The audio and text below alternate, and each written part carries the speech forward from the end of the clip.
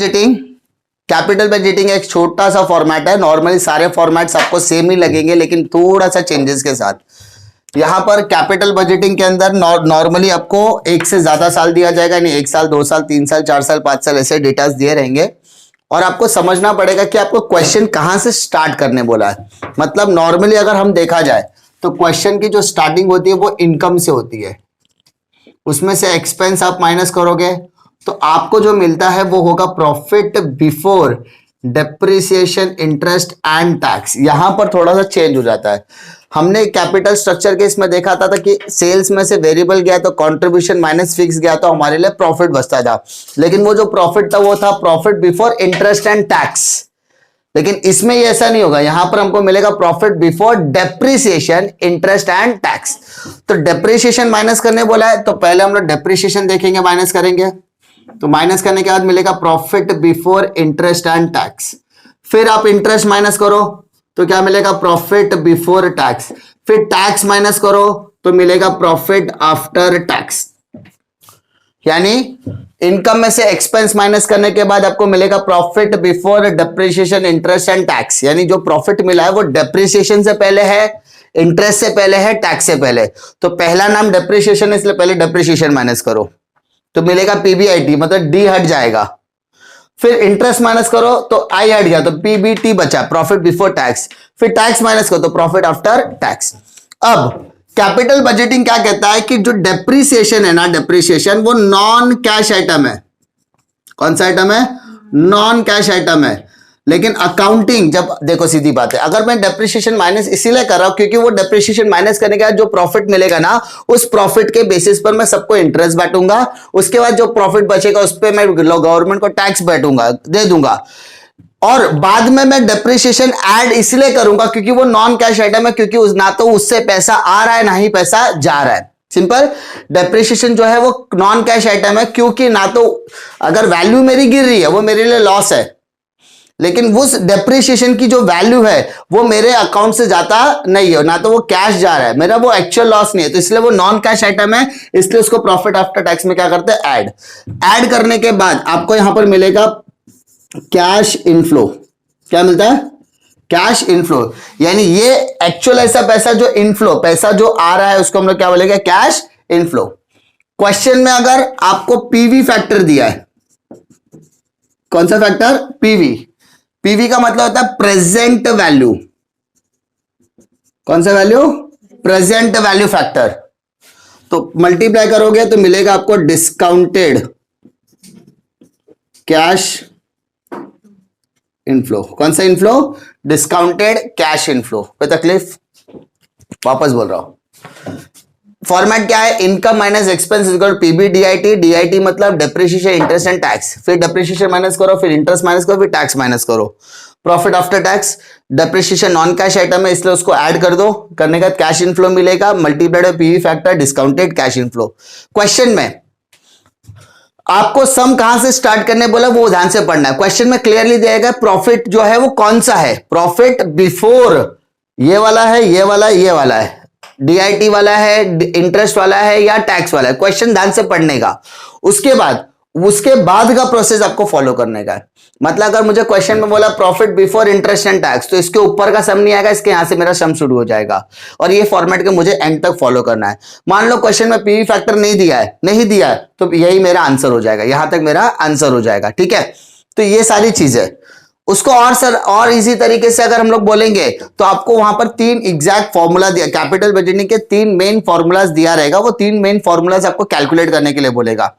एक होता है नेट प्रेजेंट वैल्यू, दूसरा होता है प्रॉफिटेबिलिटी इंडेक्स होता है, और एक होता है डिस्काउंटिंग पेबैक पीरियड। तो वो तीनों चीजें हम लोग देखेंगे। इस सारी चीजों में डेप्रिसिएशन बहुत ज्यादा इंपॉर्टेंट रोल प्ले करेगा। क्यों? क्योंकि डेप्रिसिएशन का रेट आपको दिया रहेगा, कभी कभी रेट नहीं भी दिया रहेगा। अगर आपको डेप्रिसिएशन का रेट दिया है तो आप इजीली कैलकुलेट कर सकते हो, लेकिन अगर आपको डेप्रिसिएशन का रेट नहीं दिया, no rate is given, no rate is given, अगर कोई रेट आपको दिया नहीं है तो इन दैट केस आपको लगाना है कॉस्ट प्लस इंस्टॉलेशन।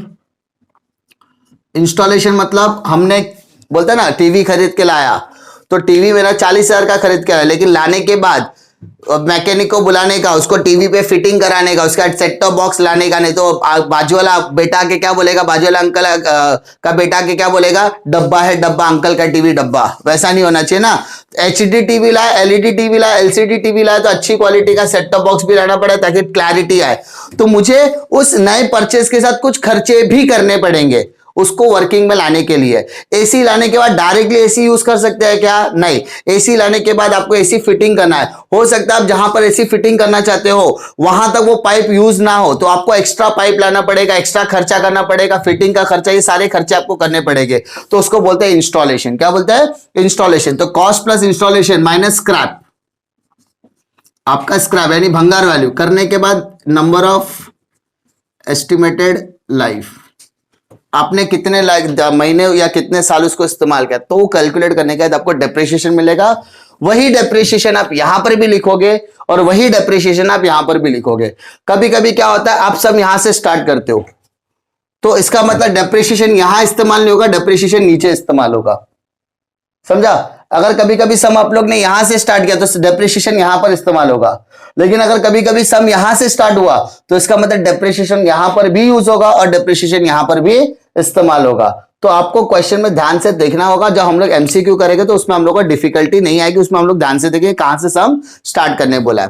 तो ये मेरे लिए एक इंपॉर्टेंट वर्किंग हो जाएगा।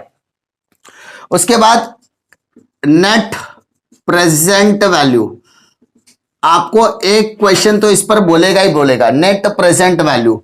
तो इसका बेटा फॉर्मूला होता है cash inflow minus cash outflow, cash inflow minus cash outflow. Third, profitability index, profitability index ये भी कैलकुलेट करने के लिए बोलता है। तो जहां पर माइनस क्या है वहां पर डिवाइड कर दो, cash inflow upon cash outflow. Simple, cash inflow upon cash outflow. यहां पर क्या किया था? माइनस, यहां पर हमने क्या किया? आउट डिवाइड कर दिया, सिर्फ डिवाइड कर देने का। और उसके बाद आता है पे बैक पीरियड। क्या आता है? पे बैक पीरियड। ज्यादातर एमसीक्यू में आपको ये तीनों में से एक बोला जाएगा। हो सकता है इसका मल्टीपल चॉइस क्वेश्चन ना पूछ कर आपको मैच द कॉलम पूछ दे, जैसा उसमें पूछा था। फॉर्मूला यहाँ पे क्वेश्चन दिया, नेट प्रेजेंट वैल्यू उसका क्रॉस में दे दिया, फिर वही उसके बेसिस पर आपको क्या करना है? वर्किंग करना है। ठीक है, मालूम है ना, मैंने बताया था एक का। तो आपको पहले पेंसिल से खुद देखना है कि कौन सा है, और जो आपने कॉम्बिनेशन रेडी किया है वो कॉम्बिनेशन कौन से ऑप्शन में मिल रहा है, वो ऑप्शन क्या हो जाएगा आपका करेक्ट। पेबैक पीरियड का एग्जैक्ट मतलब क्या होता है कि हमारा पैसा, अगर मैंने मार्केट में 4 लाख रुपए की मशीनरी खरीदी है तो वो मशीनरी मुझे वो 4 लाख रुपए कब रिटर्न ला कर देगी, उसको बोलते हैं पेबैक पीरियड। उसको क्या क्या बोलते हैं? Payback period. तो यानी जितना पैसा मैंने मार्केट में लगाया है, जितना पैसा मैंने मार्केट में लगाया वो मुझे कब रिटर्न मिलने वाला है।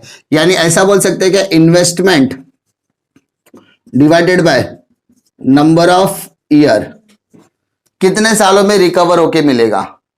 नॉर्मली जब हम इसको एलैबोरेट करते हैं तो मानो मेरा 5 लाख रुपए आ गया, मेरा इन्वेस्टमेंट 5 लाख रुपए है। इन्वेस्टमेंट कितना? 5 लाख।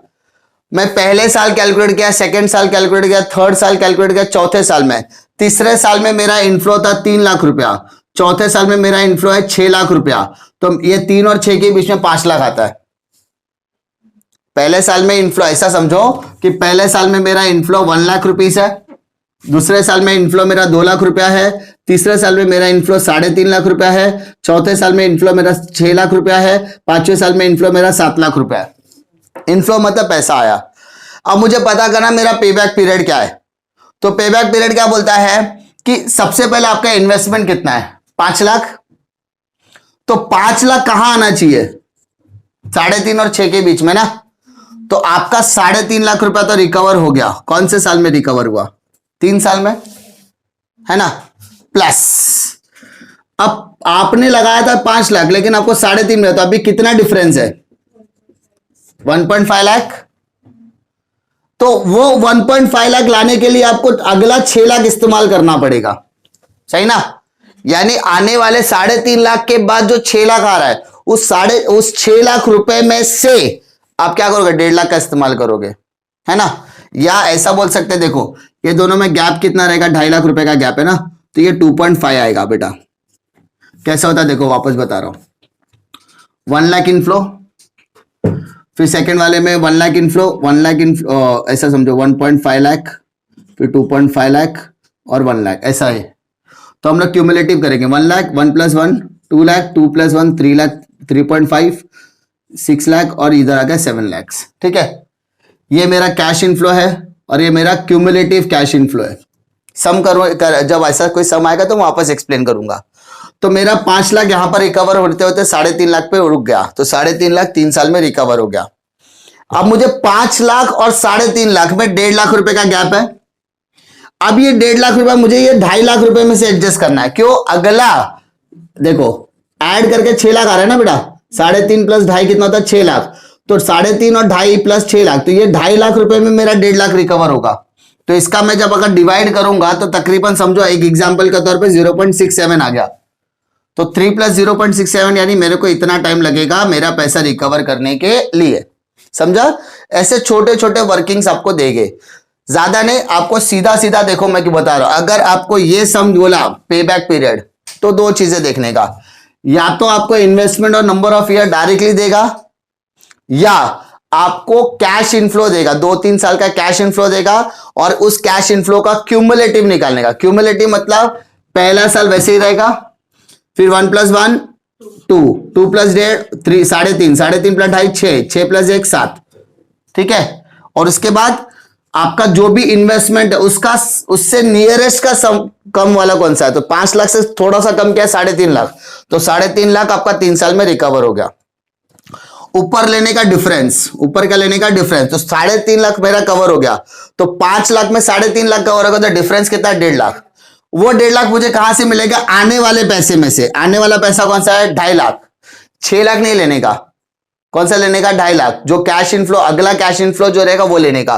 कैलकुलेशन करोगे तो आपको आंसर मिल जाएगा। ये एग्जांपल के तौर पे मैंने लिया। ठीक है, डिफिकल्टी इतना पार्ट आपको कैपिटल बजटिंग में, ARR भी है, IRR भी है, तो वैसे टाइप के सम्स आपको आएंगे तो हम लोग उसमें डिस्कस करेंगे। फिलहाल के लिए इतना इंपॉर्टेंट कॉन्सेप्ट हो गया। क्लियर?